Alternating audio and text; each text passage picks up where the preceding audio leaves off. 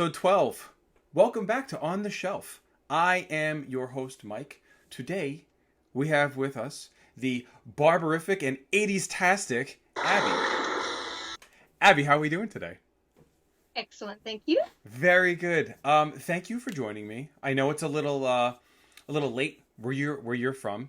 And on that note, why don't you introduce yourself and tell the folks at home a little bit about you? Sure. So my name is Abbey. I am from Australia. You can probably tell from the accent. And I collect Barbie dolls and other fun 80s toys.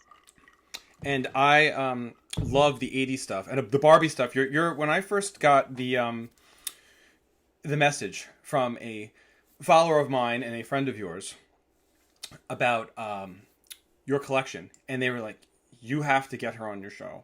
She has a crap ton of Barbie stuff, and she showed me the pictures. I was like, it's a beautiful collection. And like, shout out to Gabby. Hi, Gabby. Gabby, I love that. Gabby, thank you. We wouldn't be here. Episode 12 would not be happening without you. Wouldn't be here. So, thank you very much. Yeah. And look, I feel like I have a humble collection compared to most Barbie collectors. Well, the thing is, Abs, it's not necessarily about the size of the collection. This show focuses on the passion behind the collection.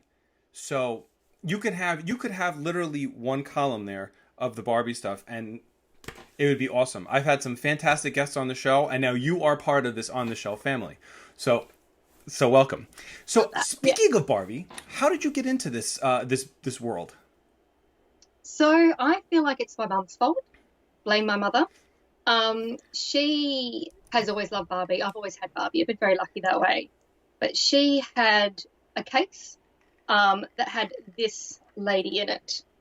This is a 1963 fashion queen. It was her doll as a child. It came in this, well, it didn't at the time. This is my mother's original Ken case. Ooh, wow. And it's beat up. I mean, I was allowed to play with it only on special occasions, like if you were sick or whatever. So for me, this was like such a treasure. And all the little clothes with the little zippers. And inside had these tiny little booklets. Oh, wow. So those are in really great shape, too. 1963, right, you said? Well, I mean, listen, considering, I mean, Barbie... they're a little bit war-torn, but, you know, my mother's even written in them, like, ones I have. So she's ticked all the ones that she had as a child. Wow. So I would literally pore over these and just obsess over, like, how beautiful they were and the images are beautiful. And then when I was older, I realized I can have these. Like, I can buy these. And my whole world changed. I was like, I can own all these things that I've always thought were incredible. Well, it's crazy. It's crazy that you said, it's 1963. I mean, Barbie was born or created, she actually was released to the public, I think, March 9th of 1959. So your doll that you have there, I mean, it's not too far off from, like, a couple of years off from the OG Barbie, which can go for up to like $25,000. I've seen, like, on or upwards of that, like, on auctions and stuff, which is really crazy. Yeah. So my oldest is probably a 61 ponytail. So not a 59, but a 61. She's a number 6. That's awesome. I think she's pretty. That jumper's awesome. I do have friends. Yeah, she's really cute. But, you know, I have friends that have number 1 Barbies. Really? And they're beautiful. Yeah, and they're beautiful. And I'm sure one day I'll get one too, maybe. We'll see. But that's probably my oldest. But, yeah, sort of 1961 is my oldest doll. So your mom getting you into it was pretty. I mean, obviously that was the moment. So, what would you say was, like, the coolest Barbie that you bought? Like, when you were like, I know it's a big question. Yeah, as a kid. Yeah. So I'm a child of the 80s. I was born in the early 80s. So I think that's literally the best time to grow up because we just had the best toys. And cartoons. The Barbies were incredible then. Incredible quality. I really liked California Dream Midge. And, like, I'm not going to go into all that. You know, we could do a whole other episode on Barbie's friends, boyfriends. Episode 26. Well, that'll be like episode 26. We'll have you back for like 26. Yeah, there's so many. But California Dream Midge has this beautiful face. It's called the Steffi face. Oh, I can't see my camera. There she is. There you go. Oh, the freckles and everything. She is that face mold. Just beautiful. So I loved that. But, Peaches and Cream and all these big fluffy ones are just, they were just all beautiful. They are. They did the dresses, the even like the jobs. How many jobs Barbie's had over the years? Like she's done everything. She started as a teen model, but then like astronauts and like they've done like crime fighters. She's done like everything. It's awesome. Yeah. It's awesome. I had astronaut Barbie as a child. Did you? I had her. Yep. It was fantastic. I loved her. That's great. So now you also said that you're as you said, a child of the '80s. So we have spoken before about your love of all things '80s as well, not just Barbie, cartoons, movies. How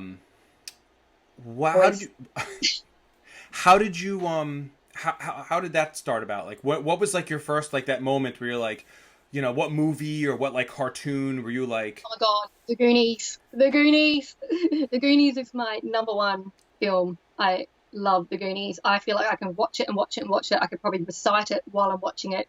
It's just that adventure and the excitement, and it was so good. Watching it as an adult, you're kind of like, don't remember that being in there. That's a bit, not for children. But brilliant film. I love it. And then the toys, I guess, my brothers are a little bit older than me. Okay. And they got all the boys' toys. So, our house was full of, Inspector Gadget. We had Ninja Turtles, Mask, Transformers. So I got all of that as well. G.I. Joe. So I had a really good mix of like, Silverhawks, Thundercats, and then Barbie, Jam, Pound Puppies, Care Bears, My Little Pony. And it was always, we didn't have heaps of it. We just had like one here, one there, but it was fantastic.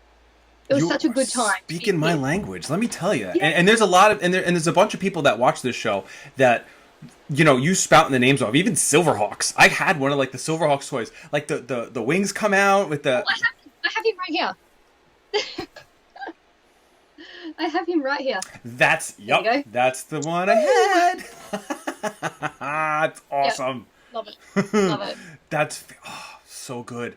So part of your now like you and like me and like so many other people out there, we have put our love for our especially 80s stuff and superhero stuff on our bodies.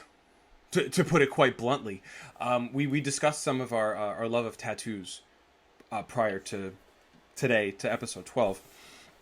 I've seen a couple of your tattoos. Why don't, since we're gonna drop them in as we talk about them a little bit, but tell the folks at home which ones you have and why you have them and kind of what they mean to you, if you don't mind. A couple of them. No, that's fine. So obviously I have a Goonies one. I actually have two Goonies ones. I don't think I told you that. I actually no, have two. You didn't. You told me you had one. I have another one. I know. One of them's not worth sharing. I tell you what. We'll just ignore that one. You always go through when you first get a tattoo. Sometimes it's not the best. So I do have a large Goonies one that has Mikey's puffer that he throws away at the end. I tell you what, as an asthmatic, I find that very stressful. Just throwing away your puffer. I'm like, that's not safe. But the tattoo is beautiful. It says "Never Say Die." It is. Classic Beautiful. Goonies quote. And it's very 80s inspired, as you'll be able to see. I don't know.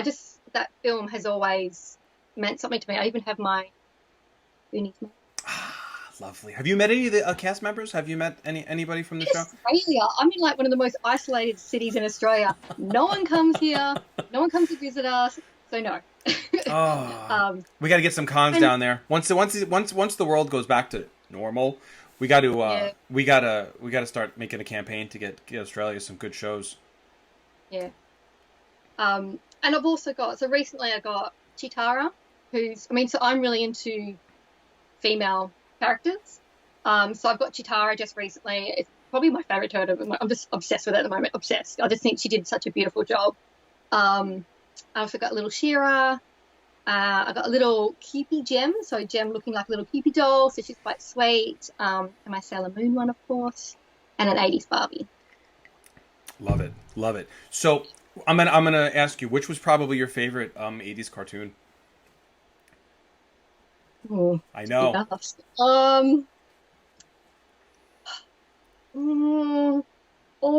I honestly don't know. I mean, It's a lot because, like you said, It you is. rattled off so many different Maybe shows, titles, Transformers. and properties. Transformers. Oh, Maybe Transformers. We watched, and you know what? And Voltron was a huge part of my life as well. Um, no, Mask, maybe even Mask. So my brothers and I never had any Mask toys, okay, but we would make our own out of Lego. that's awesome. So they'd have little bits that flip up and things that pull. I Yeah, mean, yeah. I was really little, so I was garbage at it. But my brothers were really good at like creating these cars that could like flip up and pull things out, and oh, it was so much fun. That's so Um, cool. so Mask is something that really stood out a lot as an '80s in gummy bear. Oh, what about that? Did you see on the DuckTales? Have you watched the new DuckTales Yeah. series? Oh no, I haven't watched new ones. The No. new ones, let me tell you. And this is to They're anyone out good. there who's listening who might be like, why are these people who are much older than me watching cartoons? Let me tell you, this is some nostalgia. This is some Yes, real, it is. and the art style is like the old, how they were drawn, like Scrooge McDuck and Donald, like old style, not that campy cartoon Thundercats roar crap. Yeah. But they do talk about gummy bears. They do a kickback to gummy bears. It's brought back. They talk about the gummy berry juice is in one of the episodes. Oh, you know what? I think when you say nostalgia, I think that is for me the biggest part of my collecting is that feeling of nostalgia, like that. So I started previously. I collected only vintage Barbie. I was quite. People would give me collectible ones. I've got like Lucille Ball and Ricky Ricardo, and I've got Lord of the Rings, that kind of thing. But I Hmm. don't buy them. They're the ones I get They're gifted gifted, to and I you. love them. Yeah, and they make a nice gift. Um, but vintage was all I did Hmm. until I started picking up a couple 80s Barbies, and I went, oh my God, like I really wanted this as a child. And I was like, wait a minute, I can buy everything I Everything. had. Adulting. I can literally buy every doll either I wanted as a child Right. or that I had and I no longer have or was in terrible condition. And then I just went on a rampage. I've got like boxed 80s dolls, I got open 80s dolls. And it just feels like, Christmas again as a little kid. And for that little moment, you're like, oh, this is fun, it's nice. And then they stand in a cabinet for years. But they look pretty. But they look really. But the thing is that they not. And I'm not just saying this for the show because it's a fantastic backdrop. Because I have a whole room which was on one episode, but you have a whole room of this stuff, and you really you can go in there and it's homey. It's just that it brings you back and it makes you feel like you're sitting on the couch with a hot cup of cocoa or something with a blanket. It's just that cozy like enveloping feeling of like this is my stuff and like it's awesome. And it's kind of, it's familiar. Yeah. It's comfortable, it's familiar. And you kind of like, oh, remember when? And I find, when people come over, they're like, oh, I used to have that one. Oh, I had that one. That's always nice too. And I could guarantee there's a bunch of people, Barbie collectors and stuff, who are probably looking around you over your left and right Oh, they'll know shoulder. exactly what They these will are. know They'll know. exactly what Yeah. they They'll be are. like, that's a standard, that's a percentile. They'll know. Yeah. They'll know what I've got. So why don't you show us a couple of the items, a little show and tell action. Bust out some of your cool wares, madam, if you will. Okay. So I think for me, I wanted to say is like, I wanted to show, I guess, is Barbie's changed over time, Yeah, bring especially it. her face. So other amazing thing about Barbie, I think, is that she shows how history has changed fashion wise. Yes. So this beautiful one is a swirl ponytail. Sorry, she's from 1964. Okay. And she's wearing evening splendor, but this is real fur. Really? So she's got real fur on her. We'd never do that in this day and age. But of the era, that's very much what women were wearing. Right. You know, this doll is an American girl. Again, she's wearing an outfit that was one of the ones I would look at that little booklet and be like, oh my God, I need that. Oh my God, I wish I could have that. And now I have it. It's so silly, but it's the little things that sort of make you go, oh. But you know what? It's not silly though, because I still get people who send me stuff like links to eBay auctions and everything, and they're like, oh, you'd be interested in this, and it's never silly because there's somebody who at some point, like you said, all the gifts that you get, they always think of you, and they don't consider it silly because they think it's awesome. And I think it is too. Yeah, I appreciate it. This doll in particular is a favorite of mine. She is a color magic. Color magic. This one in particular, she's not wearing her original outfit. She's Okay. wearing something just put together, but she has no legs because she is a factory mint torso. So someone found a bunch of these in a factory and sold them on eBay. So I bought her a long time ago, and I spent a lot of money on her. But she's factory mint, so she didn't get to the leg production area. Wow.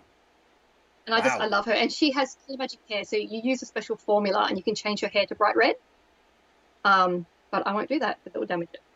Yeah, let's not do that. Let's not do that. So next is a twist and turn. So this is 1967, and this is where her face changed.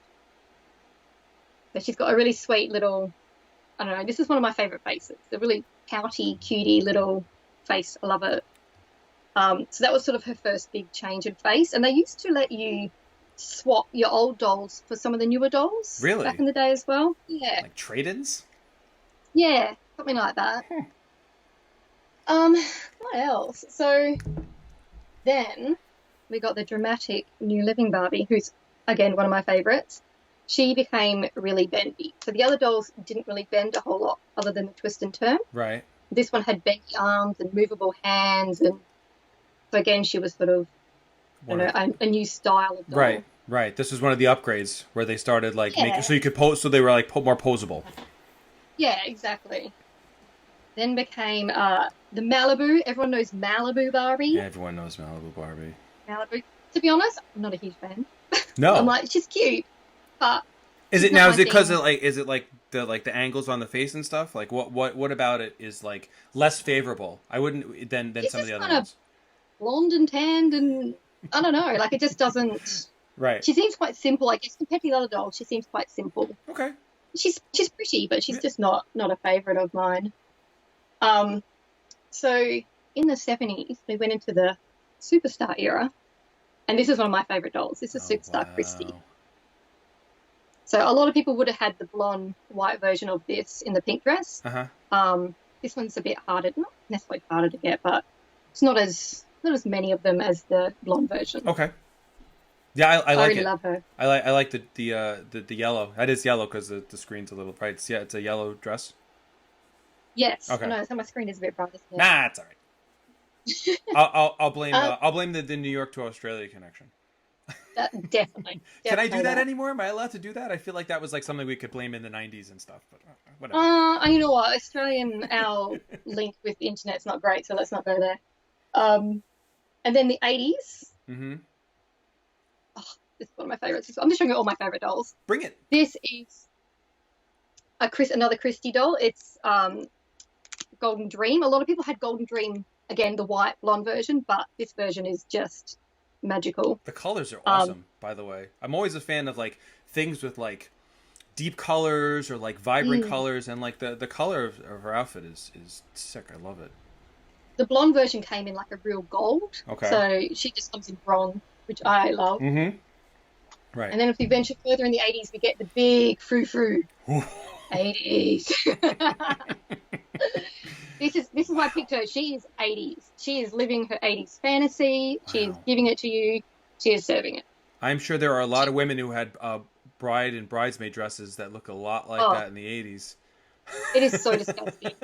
And this is Dreamglow. Okay. And she glows in the dark. Or the outfit does. The outfit does. Okay, that's good. Well, I mean, the 80s, they could also say nuclear, but that's why she glows in the dark. Yeah. So she's from 85. Wow. And then you move into the 90s. And the most iconic is Totally Hair Barbie. That is some Totally Hair. Wow. And almost any child, any girl or boy, doesn't really matter, in the 90s definitely had her. That's like Crystal. Do you remember Crystal Gale? She was a singer. She had long hair, like all the way down like that. She had super long hair, which I'm going to drop a picture of in here just as we're doing this, just to show. Amazing. She had long hair. So that's sort of, I mean, I have other 90s, 2000s and whatnot dolls, but that's sort of the ones I particularly love in terms of the face changing. Mm-hmm. Not too keen on the current faces of Barbie. Okay.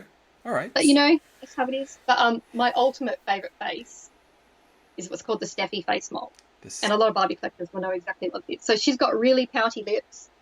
Yeah. She's the same as And she's the inked California up. Dream. She's inked up, huh? She's all tattooed. So sometimes I like to do that to my dolls. I forgot about that. So some of my dolls have tattoos. Fantastic. I like to give some of my dolls only. No, I'm gonna say some of them are older. I don't do it to vintage, but some of my dolls do have tattoos because I think they look really cute on them.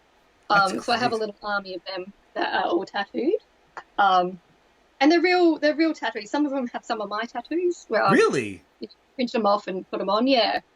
So I mean, they look cute. That's awesome. Yeah. So that's my favorite sort of face mod. I like them all, to be honest. Not gonna lie. Yeah, well, you know. So So let me ask you. Now, do you collect the Barbies? Did you collect any of the accessories too? Are you an accessory like the houses and the cars? No. No, just strictly the figures. I'm not. I don't have the space for that, and I'm not really into that. So I've got cases. I've got old doll cases. Mm-hmm. I don't have houses. I've got some dogs, around the place. But I don't have space and I don't have effort for furniture. I've got some furniture. I've got a bit of everything, but no houses, not into cars, not into that big camper van. I just don't. No, I think the dolls are more iconic, and like you said, they have more of a versatility and a variety than the Barbie Ferrari or the the house. Pretty cute, but yeah, I just don't. I'd rather spend the money on a doll. Well, there you go. Or a tattoo. Yeah. I'm with you on the tattoos. I can definitely vouch for that. You have any of your 80s your 80s toy stuff besides the Silverhawks readily at hand? I have my absolute favorite with me. Sorry, as I pick him up. Yes. Oh, bomb! He's my absolute favorite. Oh my god! And then if you look in here, hi Keith. There he is. That's Keith. This is original. Yeah. Yeah, no, it is because I remember because I have Keith. So I know this is... You got Keith? Yeah, I do. Yeah. I've got all of them. So this, I have a few stories about Voltron. Bring it. I feel so connected to Voltron. I know it sounds stupid. I feel so connected to Voltron. It's not what I mean. I just have a real love for Voltron. Obviously, as a kid, my brothers each got a Voltron lion as a child. Mm-hmm. I did not. I got the Shearer Castle. I don't really think that's fair that I got a whole castle. They got a lion each, but whatever. But I played with them a lot. I vividly have so many memories of them. I remember playing Voltron, and I would have been about 4 or something, and I broke my toe pretending to be the red Voltron lion. Yeah. And I'll never forget it, but I broke my toe pretending to be him. And I've had multiple Voltrons over the years. None of them have been particularly good condition because they're not easy to find in Australia, and I'm not actively looking for them because I don't collect them. Mm-hmm. But this guy I found in a thrift store for $6.85. He is complete. Bloody hell. So everyone's sitting inside. Everyone's got their little helmets, got all the extra weapons. I've got his staff here. Oh, God. I've got all his other bits. He's just beautiful. He's got a little bit of wear and tear, but minimal. He's in such good condition. He's in really good condition. I would never have guessed that you got that out of a thrift store. Oh, I tell you what, it was sitting there in a bag, on the ground, up against the wall near the counter. And I was kind of like, oh, is that for sale? Because I just recognized it from from a distance. I was like, oh, that's Voltron. And I was like, oh, is that for sale? And they're like, oh, yeah. So I bought it and immediately went and put it in my car because I was so scared someone's going to come up and say, I'm sorry, that was for someone else. I was like, no, it's mine. I didn't even know what was in there. Like, I didn't know what was in there. You just grabbed it, right? Yeah, I just recognized the lions, and so I grabbed him. And then, obviously, when I got home, I was kind of like, oh, my God, I can't believe everything's here. And it had some of the panels from the cardboard. Yeah. It had some of the instructions inside there. And then it had Steeljaw from, I think it's Steeljaw, the little tape transformer. Oh, Steeljaw. yeah. Steeljaw, yeah. He was in there too. I was like, oh my God, this is my lucky day. There is some kid or some adult right now who is probably like, that's my Voltron. I know. And I kind of been devastated for whoever just lost it. I know, I feel like I'm nerding out big time about it, but there's something about Voltron that I just love him. I love him, and I'm glad that Voltron is one of my favorite franchises too. I'm with you. Yeah. He-Man, Voltron, those were my Thundercats. Those were my jams in the 80s. Yeah. I'm with you. I do have So I do have Chitara here, but I dropped her earlier and her head fell off. Oh my god. Broke off. I was like, oh no. So I do Chitara have her here, from the original line. That was the one I think where she had her hands like this and the staff, right? Was that it? Yeah, I can pick her up. She just poor decapitated Chitara. That's okay. She was. I always liked Chitara. She was pretty badass. Oh, I love Chitara. I just devastated that I lost her head. Here we go. Yep, that's it. There she is. Here's her head. I mean, she's not the most. I didn't expect her to be so fragile. I wouldn't have either. I mean, we were kids. We beat the crap out of these toys. Yeah, I don't know how that happened. I don't have a staff, so I've got to track that down at some point. Yeah, you find it. So, like, I'm on the hunt for Steelheart from Silverhawks. Do you think I can find her? I'd be honest with you. $100? Yeah. There are. I mean, so you've seen her, but like she's been for over. She's been for $1 bucks. She's been quite expensive, but you don't see much of her. No, you don't. No. So we've kind of gotten into when we first started talking about Barbie, you got a little bit into what I would be considered the next portion of this little episode is the talk about the Holy Grail stuff. Is what would be considered your Grail item. Now, I am sure that 1959 Barbie is probably high up on that list, if not the top. So I feel like she's definitely up there for pretty much all vintage Barbie collectors. Right. But what about you? What else? I was gonna say, but what else? I know there's something else. She's definitely there. Yeah. But on the other hand, I'm obsessed with. So Barbie has a cousin named Francie. Francie's very cute. She's a different body shape, different face. She's a bit smaller. But there's one that is referred to as Black Francie. So she's got a deeper skin tone. She's either got reddish hair or brown hair, depending on which one you get. Okay. And she's quite rare. And she's from 1967. And she usually, I mean, there's some on eBay at the moment for about, I think, 2,000 Australian. So you pay money for it. Like you're gonna pay thousands for it generally, or 1,000 plus, depending. That's out of box, played with, not in the greatest condition. Right. And I love her. Like, she is a beautiful doll. She's just probably one of my favorite dolls. And I've always been a bit like, who's put $1,000, $2,000 to fork out on a doll? That's not even mint. It's a played with doll. Mm-hmm. But I'm kind of at that point in my life when I'm like, I need it. So I don't know. I'm going to have to figure that one out. But she's definitely my holy grail. I just think she's so beautiful. 1967 kind of, really that mod kind of vibe. It's beautiful. I'm gonna have to look her up, and we, as always, I will. So anyone who is not familiar with her, we are going to put a picture with her, just so everyone can see how awesome she is and why this is important to you. Because I feel the same way. Like people I've talked to, Superman collectors, the Action Comics #1 is very difficult to get, or it's expensive. Same thing. And I'm not talking near mint. Forget it. Unless you had a time machine, you're not getting it. But people are like, well, I would just own a page. I'd be happy owning something from Action Comics. The same thing, same way as you. It's not settling. It's more like it's a piece of it. I wouldn't consider when we collectors. I don't settle. I'm not like, well, I got this, so I guess that's good enough. It's like you want it, or you don't.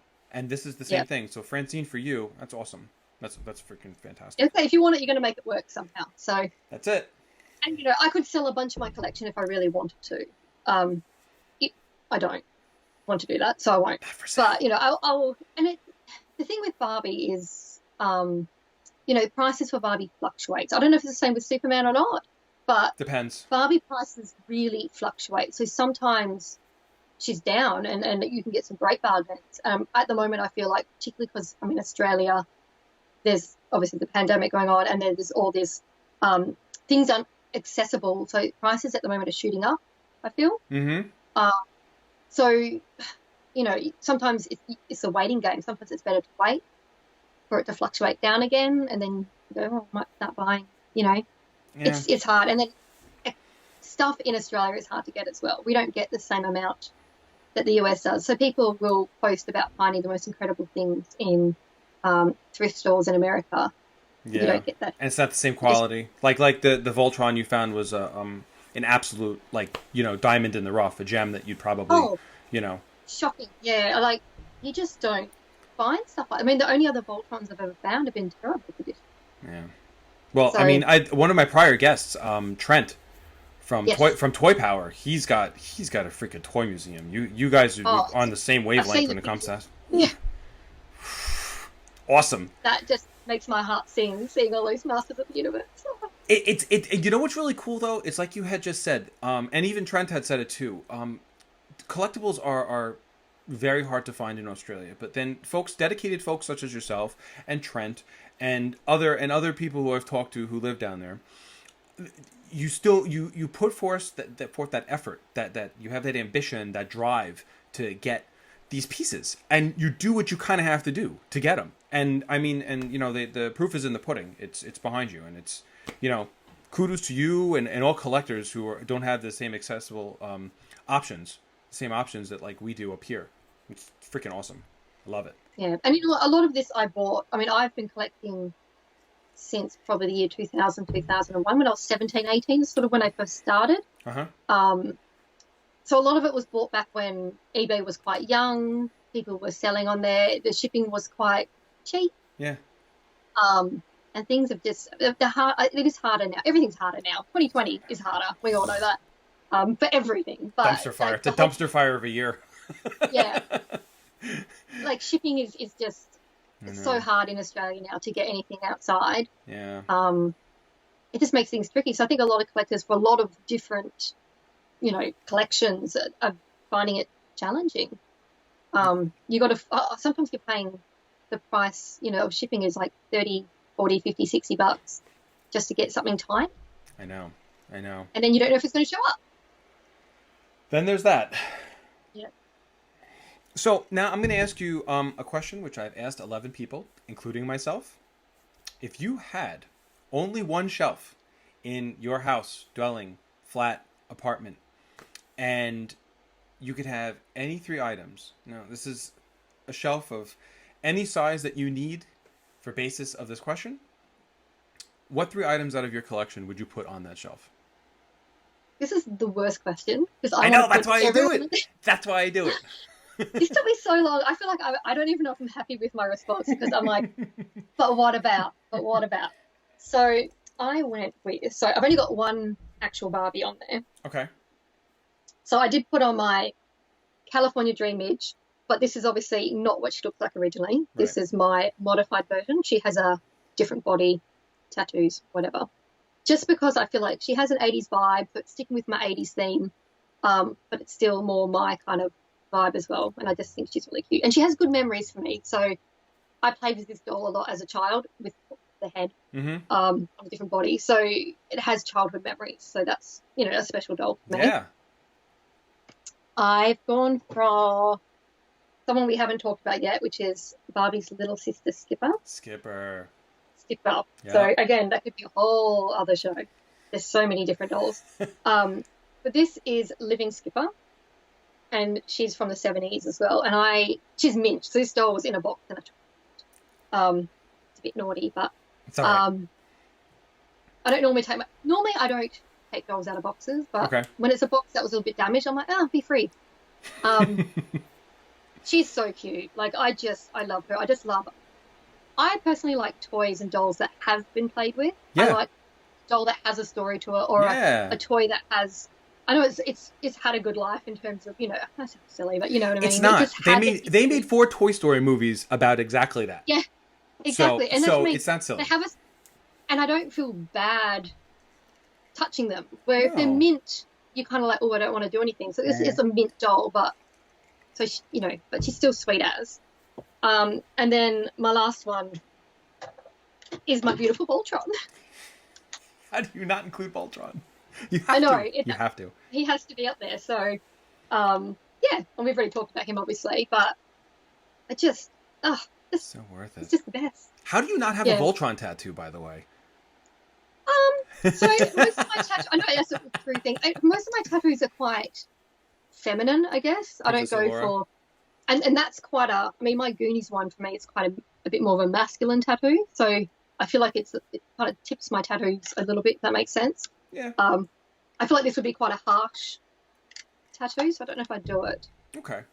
Even like, see, I I always thought it was neat how they put Princess Allura, how they dropped Allura into the show after Sven, depending on which version of the anime, the original version or the Americanized version. Sven went away. Yeah, no story about it. Bye. But I always thought it was neat how they put her in there, and I feel like a lot of the shows from the '80s, Chitara, She-Ra, Tila, Lady J, Scarlet, they showed a lot of strong female, for the time especially, strong female characters in cartoons. They weren't just background filler, which was awesome. Yeah, and I mean, I'm probably going to end up getting, like, I really want to get Steelheart. I want to get a tattoo of her. I love her. So, there's going to be more, I'm sure. Oh, good. Yeah. I mean, like I always say about my tattoos, I still have plenty of body left to get them done. So, yeah, I'm with you 110%. So, Abby, I want to thank you again for coming on the show. It's been a pleasure talking to you about some of my memories as well of the 80s, as well as being introduced to a larger world of Barbie, which I got to be honest, the progression of time between outfits and faces and everything was really cool. So I'm glad you went in that direction with everything. It was really fantastic.